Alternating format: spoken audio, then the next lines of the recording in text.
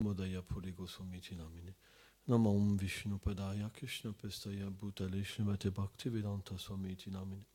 Nama Om Vishnu Padaya Krishna Pestaya Bhutale Srimate Bhakti Rachaka Shiradev Goswamiti Namine. Nama Om Vishnu Padaya Krishna Pestaya Bhutale Srimate Bhakti Siddhanta Sarasvati Namine. Jai Shri Brahma Madhva Goja Sarasvat Sampadaya Ki Jai.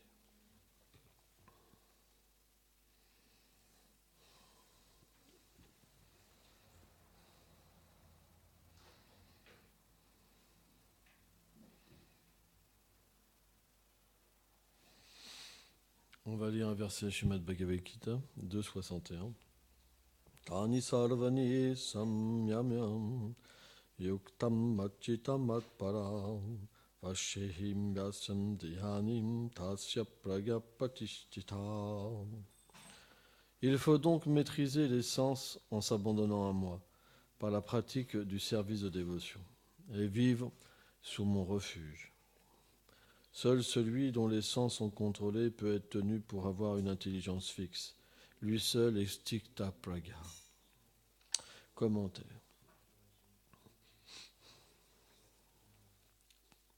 Selon Srila Vijvacharya Thakur, le mot Madhpara employé par Shri Krishna, qui se traduit par mon dévot, prouve d'une façon certaine que le service de dévotion est la seule voie qui permet à une personne de contrôler ses sens. En effet, les sens sont comparés à des brigands, et le Seigneur qui réside dans le cœur de tous les êtres vivants, sous la forme du Paramatma, l'âme suprême, a un puissant roi. Lorsqu'une personne prend refuge dans le roi, les brigands cessent naturellement d'importuner une telle personne. Pareillement, celui qui prend refuge exclusivement dans la personne suprême voit ses sens automatiquement contrôlés.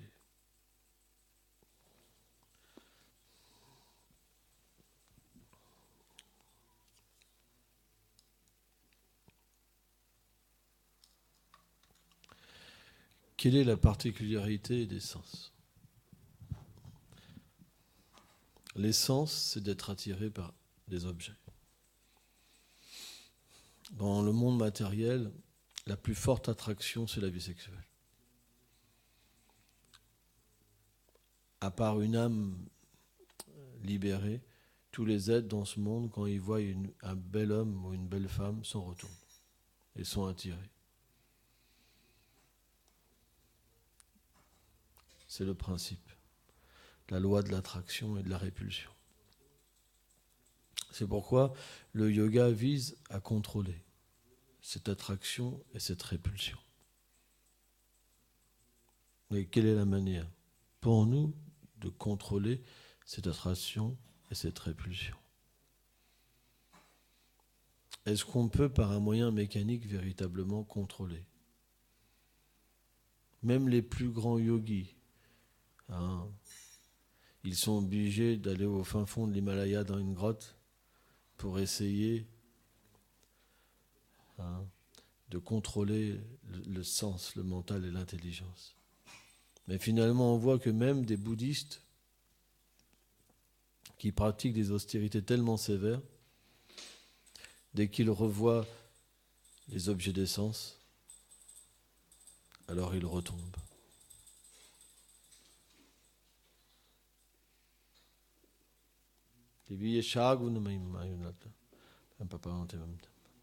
Krishna dit, cette énergie matérielle, elle est très très puissante. C'est pourquoi par soi-même, c'est très difficile de pouvoir ne pas être attiré. C'est impossible. C'est pourquoi le bhakta, il n'essaye pas par lui-même de contrôler ses sens, son intelligence et le mental. Parce qu'il comprend que c'est une tricherie encore de Maya. Parce que finalement, même si vous arrivez à contrôler les pulsions sexuelles, les pulsions de l'estomac, de la langue, et que vous pensez que c'est vous qui avez réussi, vous obtenez un gros faux ego, un gros yogi. Mais vous n'êtes pas pour autant libéré. Vous pensez que vous êtes une personne puissante, vous allez développer des pouvoirs mystiques, et il y en a même qui tombent dans l'illusion de penser qu'ils sont Dieu. Ce n'est pas un cas isolé. Hein. Beaucoup de gens pensent ça. Je suis Dieu. Donc, le Bhakta, lui, il suit le principe de l'abandon. Il comprend que le Seigneur suprême, Krishna, est le suprême attractif, qu'il est l'objet suprême pour les sens,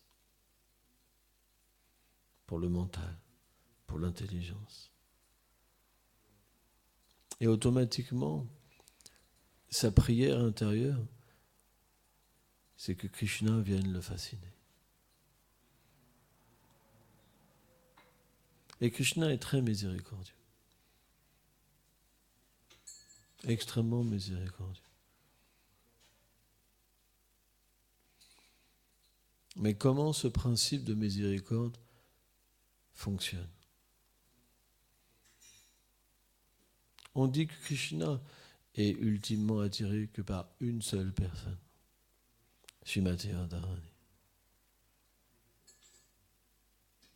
Mais que représente Srimati Radharani? La dévotion. Elle est l'énergie de dévotion personnifiée. Aucune véritable dévotion qui est reliée à son Prabhu, Krishna, ne peut être dissociée d'elle-même.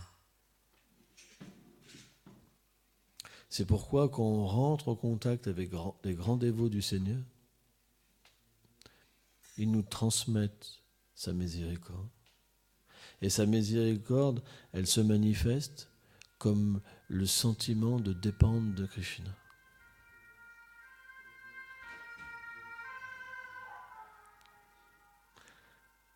Donc ce sentiment-là, qui nous est transmis, c'est la miséricorde de Radharani. Et quand cette miséricorde, elle se manifeste dans le cœur, alors Krishna devient attiré. Il devient attiré, parce que cette miséricorde, elle est Srimati Radharani.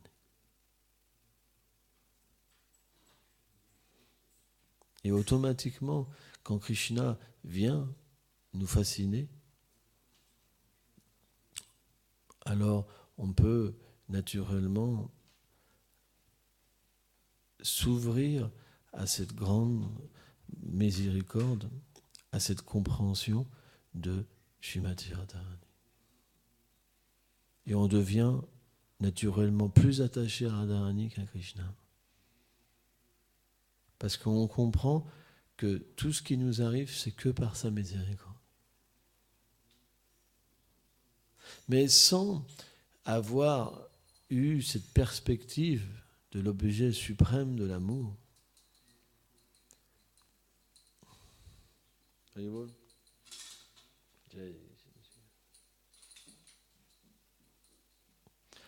sans avoir eu cette expérience de quelle manière Krishna peut attirer les sens, le mental, l'intelligence, c'est impossible de comprendre les paroles du Seigneur dans la Bhagavad Gita. Ça reste relatif. Pourquoi ? Parce que les gens dans ce monde, ils sont situés dans le Shanta au maximum. Shantara, c'est la neutralité. Et neutralité, c'est un contrôle des sens par nous-mêmes. Alors bien sûr, on ne contrôle jamais véritablement les sens par nous-mêmes. Mais parce que même les yogis prient le Seigneur suprême. Et le Seigneur satisfait leur désir de contrôler les sens. Mais ils ne peuvent pas véritablement comprendre ce qu'est la fascination.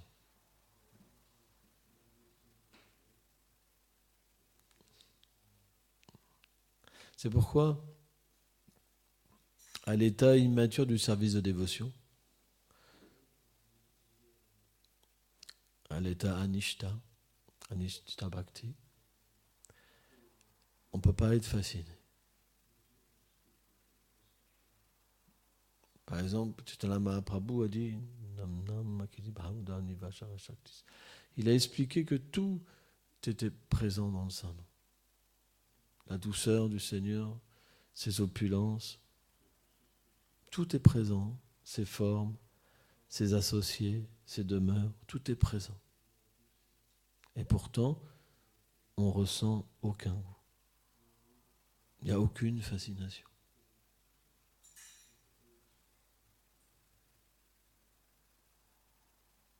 Parce que on chante sans le support de la miséricorde.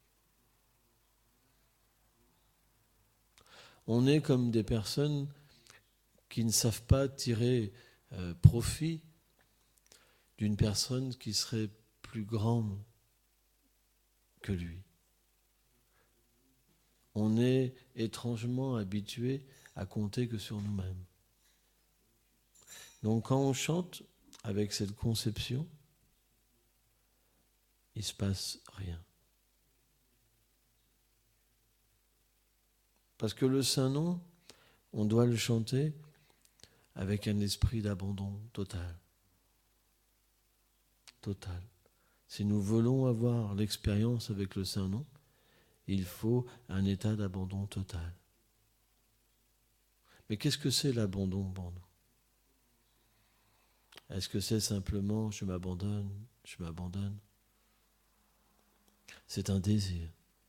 L'abandon, ça se transmet par un désir de lui appartenir, un désir d'exister simplement pour lui. Tant qu'il n'y aura pas ça dans notre cœur et qu'il y aura un autre objet d'amour, alors ça ne sera pas possible. J'ai vu une petite chose rigolote que les dévots ils ont fait. C'est comme un jeu électronique. Et vous avez des déités de Radha et Krishna au fond, comme ça. Et vous avez les deux brahmacharis, comme ça. Et puis, donc, il y a leur cœur, et ça va vers les déités. Tium, tium, tium, comme ça. Et puis, d'un seul coup, il y a deux Mataji qui arrivent, comme ça. Et puis, les Prabhus, ils essayent d'éviter les Mataji pour envoyer leur cœur aux déités. Et d'un seul coup, le cœur, il va au Mataji.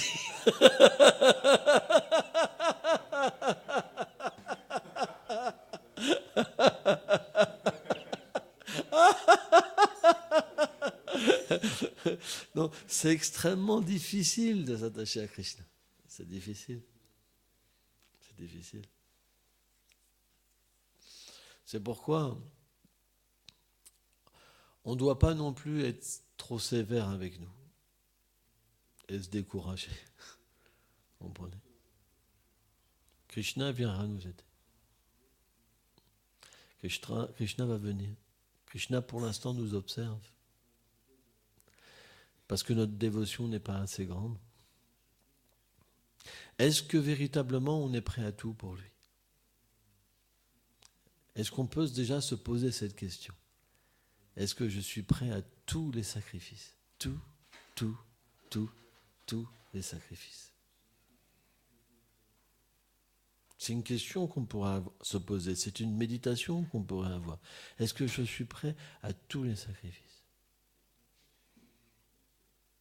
Et si on se dit oui, alors les tests vont venir. Mais Krishna est miséricordieux. Il n'envoie jamais un test que son dévot ne peut pas dépasser. Mais c'est la limite pour qu'il puisse s'abandonner complètement. Krishna est comme ça. Parce que le dévot, il ne peut pas abandonner Krishna.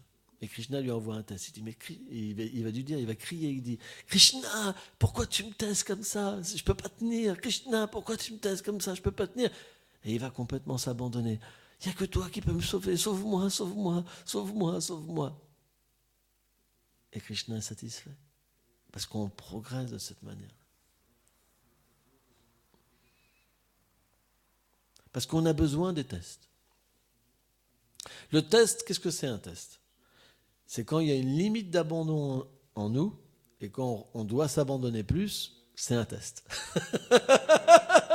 Vrai ou pas? C'est un obstacle. Mais si on est attaché,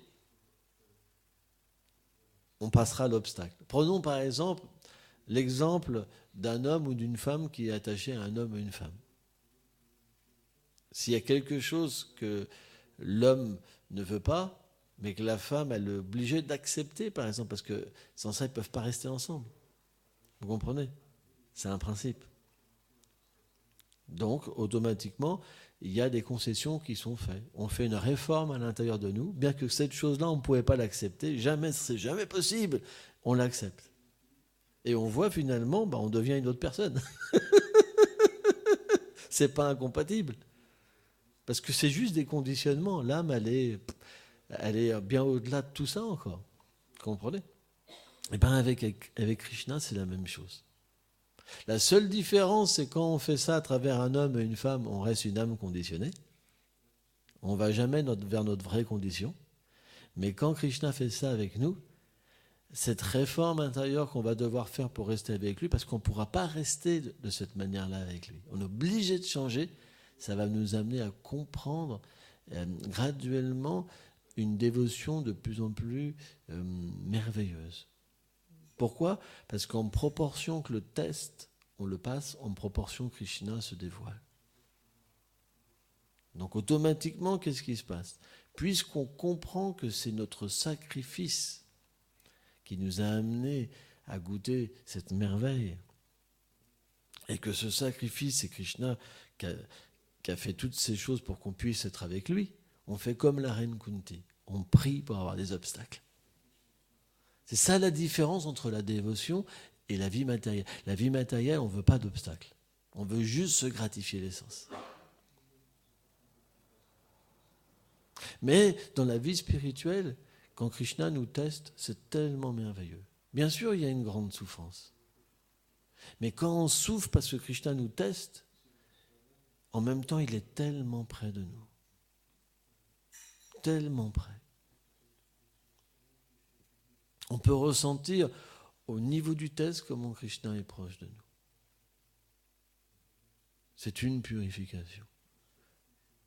C'est sa faveur pour qu'on puisse progresser. Parce que sans ça, dans cette vie, on n'aurait pas atteint la miséricorde. Ne pensons jamais que les choses viennent à nous comme le fruit du hasard. Ce n'est pas possible. Krishna avec ses dévots. Donc quand les tests viennent, on doit toujours les voir comme la miséricorde. De toute façon, même si on ne les voit pas comme la miséricorde, on devra évoluer. On peut se mettre en colère. Krishna, Krishna. Un dévot, il n'accuse jamais le Seigneur suprême. Jamais. Bhaktivinoda Swami Prabhupada, il dit, il pense toujours qu'il aurait dû souffrir plus que ça dû à ses activités passées. Et que c'est simplement qu'il souffre un petit peu, il a un petit test, un tout petit peu. Parce que Krishna lui donne ça pour le libérer. C'est le principe. Et tout Vaishnava qui est authentique, il comprend ça dans son cœur. Il comprend profondément comment Krishna l'aime. Mais dans cette situation-là, il nous manque la qualification pour être avec lui. Si on pouvait juste expérimenter un peu le chant du Mahamantra, même avoir une abasse, une ombre de la réalité de la demeure du Seigneur suprême. On sera en contact avec des êtres qui ont tellement de sentiments et des scènes tellement belles, des parfums, des couleurs, des choses indescriptibles, que même l'ombre, si Krishna nous révélait cette ombre et qu'elle venait simplement comme un goût, on voudrait simplement mourir pour vivre. On ne voudrait jamais retourner à notre situation. On serait prêt à tout abandonner, même enfant, toute conception, tout attachement, toute conception matérielle. La fortune, même la terre entière, même l'univers entier. Juste une ombre. Tellement c'est puissant. Le problème, c'est qu'on n'a pas de goût. Il n'y a aucun goût dans notre champ. Donc s'il n'y a pas de goût, on est obligé de s'attacher à la matière. Ça veut dire qu'on est des dévots, extérieurement, mais intérieurement, on n'a pas d'attachement pour Krishna. Donc on s'attache encore aux êtres de ce monde. Comprenez ? Et dans notre cœur, comme le petit jeu vidéo, au lieu d'avoir Krishna, il y a une femme ou un homme, par exemple. Alors on peut se dire, est-ce que c'est la fin ? Non, c'est pas la fin. Parce que Krishna va s'occuper de nous de cette manière-là. Il s'occupait de nous comme ça avant, il s'occupe de nous comme ça maintenant. C'est la même chose. Krishna va nous aider à progresser. Mais quelle est techniquement notre façon de progresser ? C'est la réalisation de Vrindavan, Navadvip, Jagannath Puri. Ce sont 3 mêmes lieux. En fait. S'il n'y a pas de réalisation, on ne peut pas contrôler les sens. Parce que le souvenir de Krishna, la révélation de Krishna, elle nous amène naturellement à une prise de conscience intérieure et pas extérieure. Parce que le dévot, il aura une vie intérieure. Vie extérieure, ça veut dire qu'est-ce que je peux toucher ? Qu'est-ce que je peux manger ? Qu'est-ce que je peux regarder ? Pour me gratifier, c'est un peu ça. Toute la journée.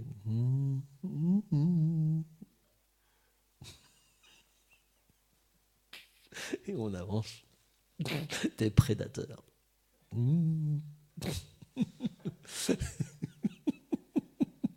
Ça, c'est la vie extérieure. Mais la vie intérieure, qu'est-ce que c'est ? C'est qu'on a le souvenir, naturellement, parce que comme Krishna est satisfait avec nous, la récompense qu'il nous donne, c'est sa présence. La présence de notre réalité éternelle. Et là, automatiquement, qu'est-ce qui se passe ? Les sens sont naturellement contrôlés. Le mental est naturellement contrôlé. L'intelligence est naturellement contrôlée. Tout est purifié. Parce qu'il y a une révélation intérieure. Et ce qu'on a à l'intérieur, c'est ce qu'on voit à l'extérieur. Si à l'intérieur vous avez la concupiscence, vous voyez que des objets de plaisir partout.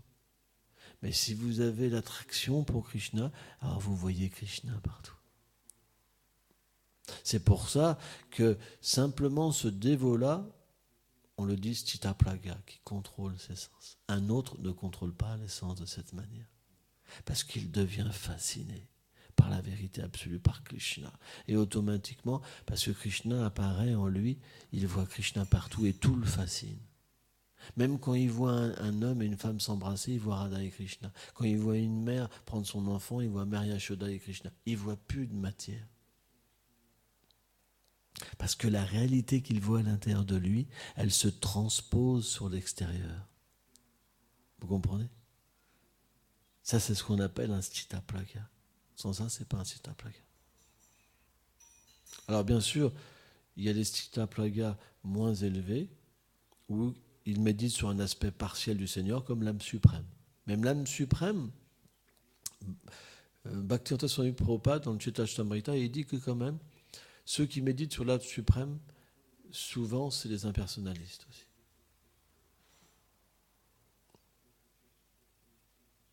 C'est ce qu'il explique. Parce que c'est simplement les bhaktas, les purs dévots qui voient la véritable forme du Seigneur apparaître en eux. En même temps, on dit aussi qu'il y a la réalisation du Paramatma. Mais dans les commentaires, Bhakti-Siddhanta Swami Prabhupada, il explique que la plupart du temps, alors ils peuvent se prendre pour le Paramatma aussi. Pas tous, mais souvent. C'est comme ça. Pourquoi ? Parce que c'est avec la connaissance qu'on approche le Seigneur suprême, que le Seigneur suprême se révèle à nous. Donc si notre connaissance, elle n'est pas parfaite, et qu'on ne comprend pas ce qu'est la nature du pur service de dévotion, qu'il y a une entité suprême et qu'il y a l'âme, et au milieu, il y a Prema, l'amour, qui nous relie. Si on pense qu'on est une parcelle du Seigneur suprême, alors quand ce Seigneur suprême nous apparaît, on pense qu'on est lui. Et à ce moment-là, la réalisation se finit. Vishwanath Chakravarti Thakur, il dit à ce moment-là, le Seigneur, en fait, rejette ce lien. Tant qu'on acceptait la dévotion, il l'accepte, et une fois qu'ils pensent qu'ils sont Dieu, alors il les rejette. C'est ce que Vishwanath Chakravarti Thakur explique. C'est pour ça que même les yogis qui méditent sur l'âme suprême, à un moment, quand ils s'identifient à lui, ils perdent cette réalisation.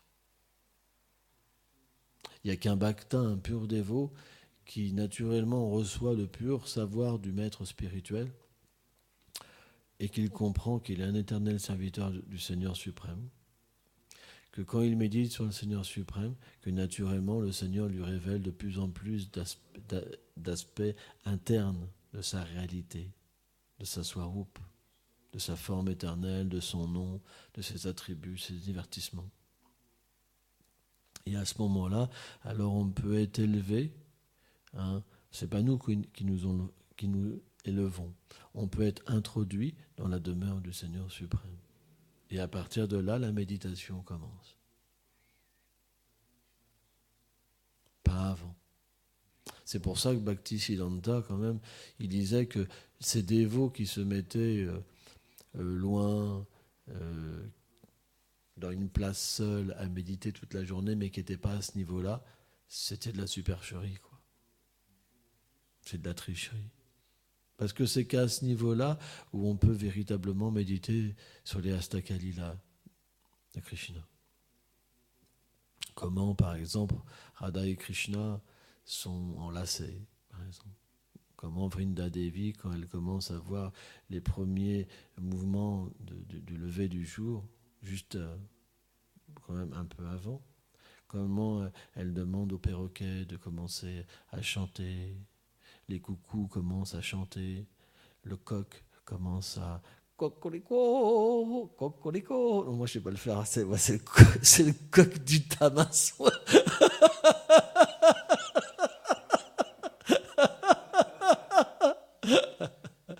Et comment dans le kunj, en fait, les abeilles rentrent et elles font comme comme la conque, c'est expliqué. Et comment elles réveillent Radha et Krishna. Et Radha et Krishna, à ce moment-là, ils font semblant de dormir. Mais ils sont déjà éveillés. Donc Vrindé, comme ça, elle fait différents arrangements. Et après, il y a le perroquet de Radharani, le perroquet de Krishna qui commence à expliquer à Radha et Krishna que Mary Yashoda commence à préparer les affaires pour Krishna, pour Namasi, est en train de finir ses rites, et elle arrive à l'anagramme, etc. Donc il commence à leur mettre de l'anxiété pour qu'ils puissent se séparer. Mais ils ont tellement de mal, parce que Radha et Krishna sont un. Donc quand ils sont unis, c'est comme Mahaprabhu, comme Chaitanya. Ils forment qu'une même conscience, mais éternellement séparés. Donc tout ça, c'est des choses qui nous seront révélées. Comment Radha et Krishna, après, ils courent, parce qu'ils sont juste limites, en fait. Et qu'ils retournent dans leur chambre, au moment qu'ils se couchent dans leur lit, alors Mary Yashoda rentre avec Purnamasi dans la chambre pour Krishna, par exemple. Kirtida, avec la grand-mère de Radharani, rentre dans la chambre, etc., etc. Donc tout nous sera révélé. Mais il faut être patient. La patience, ça veut dire la foi dans les instructions de nos maîtres spirituels. La foi que si on suit le maître spirituel, la filiation spirituelle, tout nous sera révélé. Parce que on n'a pas de qualification. Krishna il dit, Unam, j'ai monté après des millions d'existences. Krishna dit, Mahatma Sudaba, une telle âme rare peut comprendre ma position. Vous voyez, il n'y a pas longtemps, on a fait un débat interreligieux. Ils prennent Krishna pour un être ordinaire.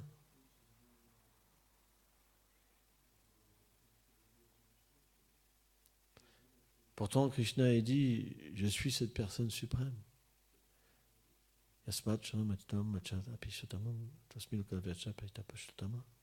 Il dit, je suis au-delà de l'infaillible,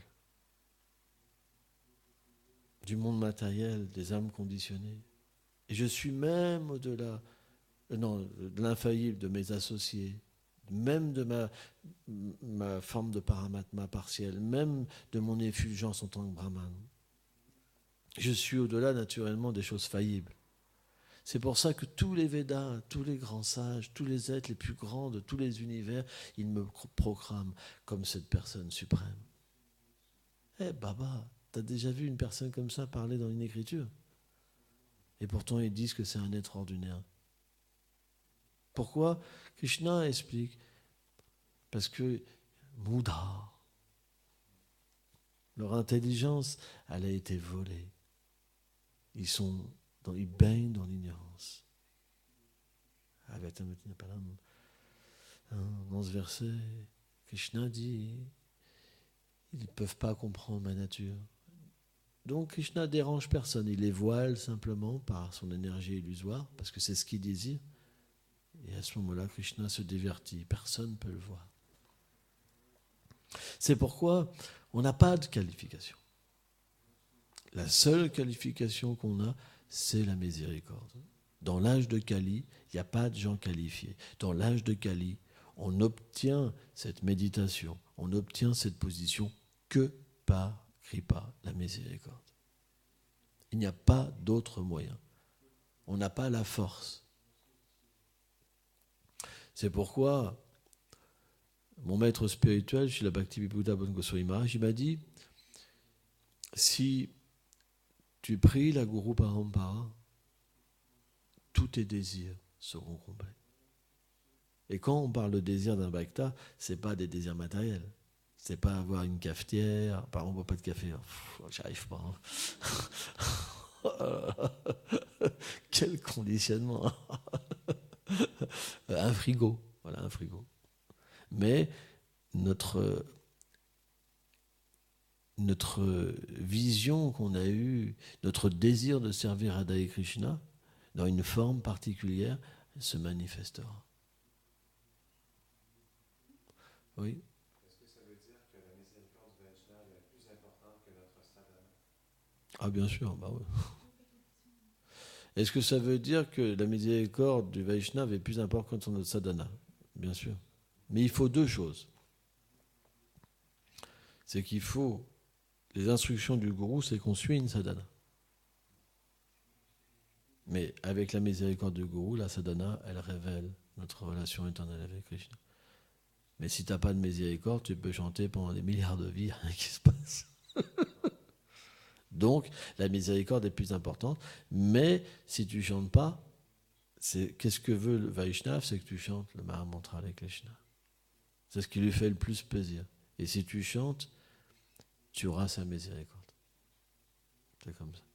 Si le gourou dit, fais ça, mais que tu ne le fais pas, alors il n'y a pas de miséricorde. Tu vas recevoir la foudre sur la tête. C'est bon? Mais la foudre et la miséricorde du Vaishnava, c'est la même chose. Il n'y a pas de différence. Parce que quand un Vaishnava nous reprend, ça sculpte aussi notre cœur d'une manière parfaite pour recevoir la miséricorde. On a besoin d'être repris. Quand on est repris par un Vaishnava, on se sent heureux, on se sent bien, on se sent purifié. C'est la vérité.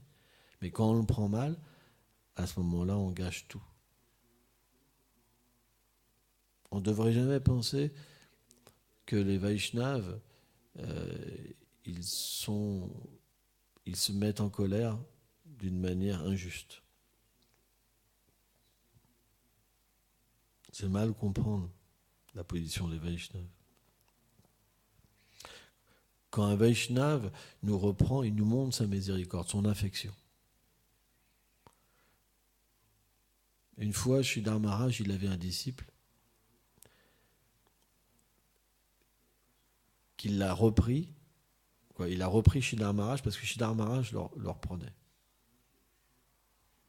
Sridhar Maharaj lui a dit, alors je te reprendrai plus jamais. Mais ça veut dire qu'il n'y a plus de miséricorde.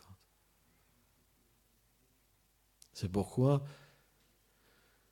un Vaishnava, il reprend quelqu'un qui peut progresser.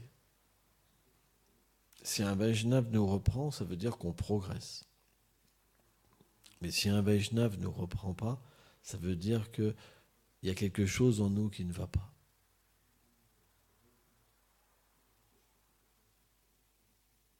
Parce que s'il nous reprend, on va s'en aller. Un Vaishnava fixe, quelqu'un qui a abandonné, s'il se fait reprendre, il devient heureux. Moi, je me rappelle, j'ai eu cette expérience une fois. J'habitais dans un temple et j'étais un jeune brahmachari. Et un jour, il y avait dans ce temple-là un président de temple qui était très attaché au pouvoir. Il fallait que tout passe par lui. Et donc, mon maître spirituel m'avait demandé d'aller chercher quelque chose, de faire une course. Et quand le président de temple, il a entendu que j'avais été faire une course sans son autorisation, ça l'a vraiment dérangé. Ça l'a vraiment, vraiment dérangé. Et quand je suis rentré avec mon paquet, j'ai mon maître spirituel qui m'a rouspété. Et je ne comprenais pas pourquoi. Parce que j'avais simplement suivi son instruction. Et après, donc, j'ai vu ce président de temple qui était vraiment pas content après moi parce que j'étais parti chercher quelque chose sans son autorisation. Et donc mon maître spirituel m'avait rouspété, donc je ne comprenais pas. Et quand le président de temple est parti content, mon maître spirituel m'a dit « Tu comprends pourquoi j'ai fait ça ?» Et j'ai fait oui. Et j'étais vraiment bien, j'étais vraiment en extase. Je n'ai pas senti d'injustice, j'ai simplement senti de la miséricorde. C'est le principe. Alors, l'idéal, c'est que notre vie se passe comme ça tout le temps.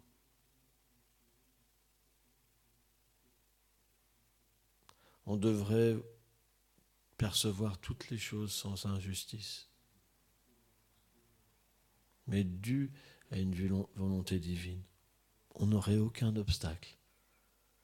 Malheureusement, ça peut se passer une fois ou deux dans notre vie, ou 3 ou 4 fois, mais pas toujours. Mais le souvenir d'accepter les choses par miséricorde, c'est tellement merveilleux que graduellement, ce souvenir, Krishna nous donnera ce souvenir pour qu'on puisse passer tous ces obstacles avec le souvenir qu'il n'y a pas d'injustice, que tout est la justice divine. Et à ce moment-là, on va pouvoir passer les obstacles. Et encore, et encore, et encore. Et devenir un jour un pur névre.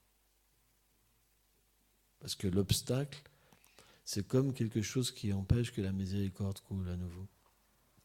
Vous savez, un enfant, quand c'est dans le ventre de la mère, c'est relié à un cordon pour qu'il soit alimenté, etc.